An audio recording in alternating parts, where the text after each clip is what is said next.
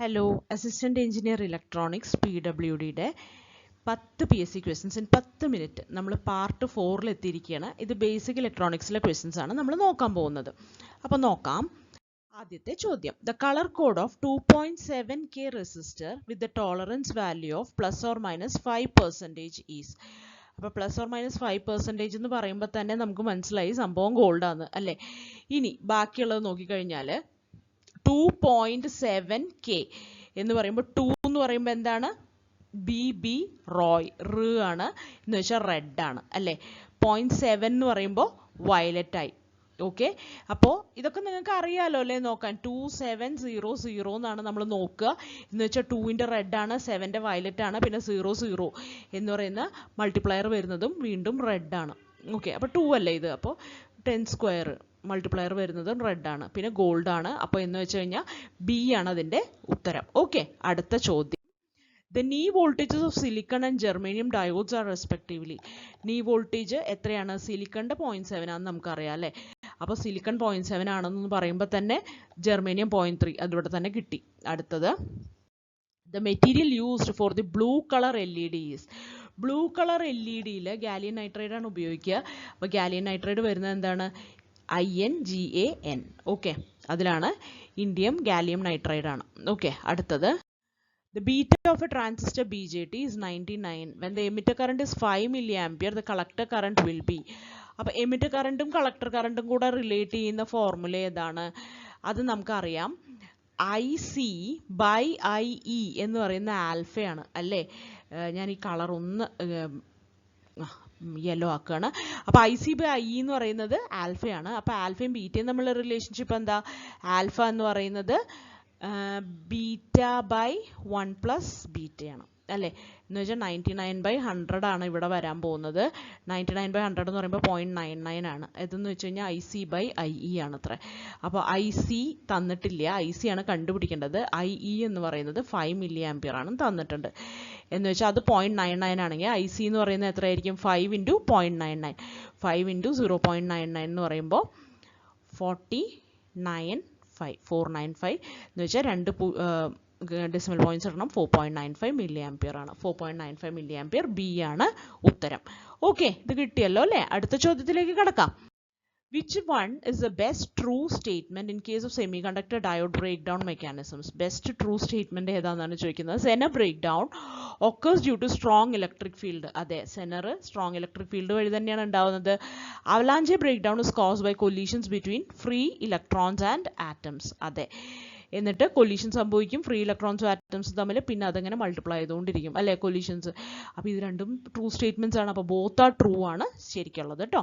അടുത്ത ചോദ്യം, in the cutoff region of a bipolar junction transistor, base emitter junction is reverse biased, no current flow. ശരിയാണ്, current flow ഒന്നും ഉണ്ടാവില്ല എന്നുള്ളത് സത്യമാണ്. ഇനി ബാക്കിയും കൂടി നോക്കി നോക്കാം. Base emitter junction is forward biased, അപ്പം തന്നെ പോയി. അല്ല, ഫോർവേഡ് ബയസ്ഡ് അല്ല.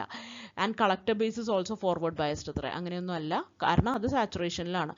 Base emitter junction forward biased and collector base junction reverse biased അല്ല. രണ്ട് ജംഗ്ഷനും റിവേഴ്സ് ബയസ്ഡ് ആയിരിക്കും കട്ട് ഓഫിൽ. IC and VCE exceed specifications and can cause damage to the transistor. ഇല്ല, അങ്ങനെയൊന്നും സംഭവിക്കുന്നില്ല. IC VCE സ്പെസിഫിക്കേഷൻ എക്സീഡ് ചെയ്യൊന്നുമില്ല കട്ട് ഓഫ് റീജിയനിൽ. ഓക്കെ, അടുത്ത ചോദ്യത്തിലേക്ക് പോവാം. Which among the below is a wrong statement in case of a MOSFET? Wrong statement ആണ് ചോദിക്കുന്നത് കേട്ടോ. ഇത് പലപ്പോഴും നമുക്ക് റൈറ്റ് ആണോ റോങ് ആണോ ചോദിച്ചത് എന്നൊക്കെ ഉള്ളത് ചില സമയത്ത് നമുക്ക് ഇങ്ങനെ നോക്കാം. ചിലപ്പോൾ പെട്ടെന്ന് നമ്മുടെ ഇത് കയ്യിൽ നിന്ന് പോവും. അപ്പോൾ നമ്മൾ ഒന്നും കൂടെയൊക്കെ ക്വസ്റ്റ്യൻ വായിച്ചു നോക്കണം കേട്ടോ. എപ്പോഴും 2-3 പ്രാവശ്യം ക്വസ്റ്റ്യനൊക്കെ വായിച്ചു നോക്കിയിട്ട് വേണം ഇതിൻ്റെ ഉത്തരമൊക്കെ എഴുതാൻ. അപ്പോൾ ആദ്യത്തെ option, gate oxide is a thin insulating layer separating the gate electrode from the channel. സത്യമാണ് അല്ലേ. ഇനി enhancement mode MOSFETs require a voltage apply to the gate to create a channel for current flow. അതെ, enhancement MOSFET എന്ന് പറഞ്ഞാൽ എന്താണ്? Channel enhance ചെയ്ത് എടുത്തിട്ട് വേണം അല്ലേ. ഇപ്പം ഇല്ല channel. Depletion mode MOSFETs have a built in channel. അതെ, ഡിപ്ലീഷൻ മോഡ് മോസ്ഫെറ്റിന് ചാനൽ ഉണ്ട്. MOSFET channel is a region between gate and drain where current flows. ഗേറ്റിൻ്റെയും ഡ്രെയിനിൻ്റെ ഇടയിലല്ല, സോഴ്സിൻ്റെയും ഡ്രെയിനിൻ്റെ ഇടയിലാണ്, അവിടെയാണ് കറണ്ട് ഫ്ലോ ചെയ്യുക അല്ലേ. അപ്പോൾ ഇതാണ് തെറ്റായ ഉത്തരം. അപ്പോൾ D ആണ് റൈറ്റ് ആൻസർ ഇവിടെ കേട്ടോ. റോങ് സ്റ്റേറ്റ്മെന്റ് D ആണ്. അടുത്ത ചോദ്യം നോക്കാം.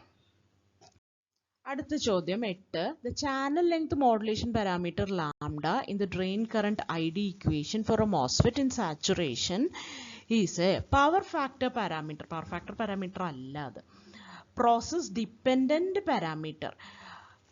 അതെ, അങ്ങനെയാണെന്ന് പറയാം. മെറ്റീരിയൽ ഡിപ്പെൻഡൻറ്റ് പാരാമീറ്റർ അതെന്തായാലും അല്ല. റെസിസ്റ്റൻസ് പാരാമീറ്റർ അതുമല്ല. അപ്പോൾ ആൻസർ ബി ആണ് കേട്ടോ. പ്രോസസ് ഡിപ്പെൻഡൻറ്റ് പാരാമീറ്റർ ആണ്. അടുത്ത ചോദ്യത്തിലേക്ക് കിടക്കാം.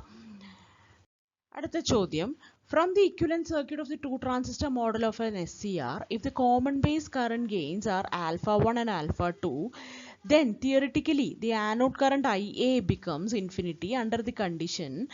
അതായത് നമുക്കറിയാം ഈ പി എൻ എന്ന് പറഞ്ഞിട്ടുള്ള സംഭവമാണല്ലോ ഈ SCR എന്ന് പറയുന്നത്. അതിനകത്ത് ഇതൊരു ട്രൂ ട്രാൻസിസ്റ്റർ മോഡലാണെന്നാണല്ലോ നമ്മൾ പറയുക. അതായത് ഒരു PNP ട്രാൻസിസ്റ്ററും ഉണ്ട്. ഇങ്ങനെ നോക്കിക്കഴിഞ്ഞാൽ ഇവിടെ ഒരു NPN ട്രാൻസിസ്റ്ററും ഉണ്ട് അല്ലേ. അപ്പോൾ ഇതൊരു എന്താ പറയുക, ടു ട്രാൻസിസ്റ്റർ മോഡലാണെന്ന് പറയാം. അതേപോലെ തന്നെ ഇതൊരു ടു ട്രാൻസിസ്റ്റർ മോഡലാണെന്ന് ഇരിക്കുക തന്നെ. അപ്പോൾ അതിന് രണ്ടിനും കോമൺ ബേസ് മോഡലാണ് അതുള്ളതെങ്കിൽ അതിൻ്റെ രണ്ടിനും കറണ്ട് ഗെയിൻ ഉണ്ടാവും. അത് രണ്ടും ആൽഫയും ആൽഫ 1ഉം ആൽഫ 2ഉം ആണ് എന്ന് വിചാരിക്കുക.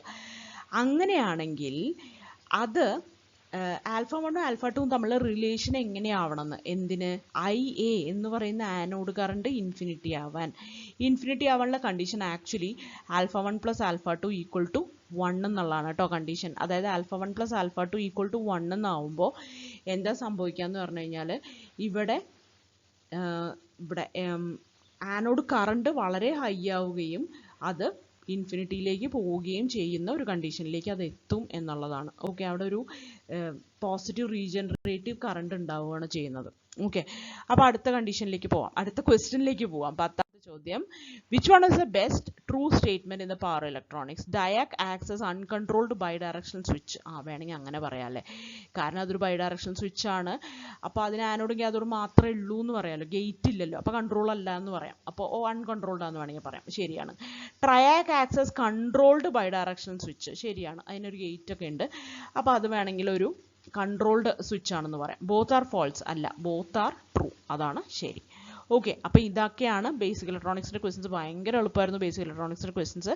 അപ്പോൾ എല്ലാവർക്കും ഇതൊക്കെ ചെയ്യാൻ കിട്ടിയിട്ടുണ്ടാവുമെന്ന് വിശ്വസിക്കുന്നു. അപ്പോൾ താങ്ക് യു. എന്ത് ഡൗട്ടുകൾ ഉണ്ടെങ്കിലും ചോദിക്കാം.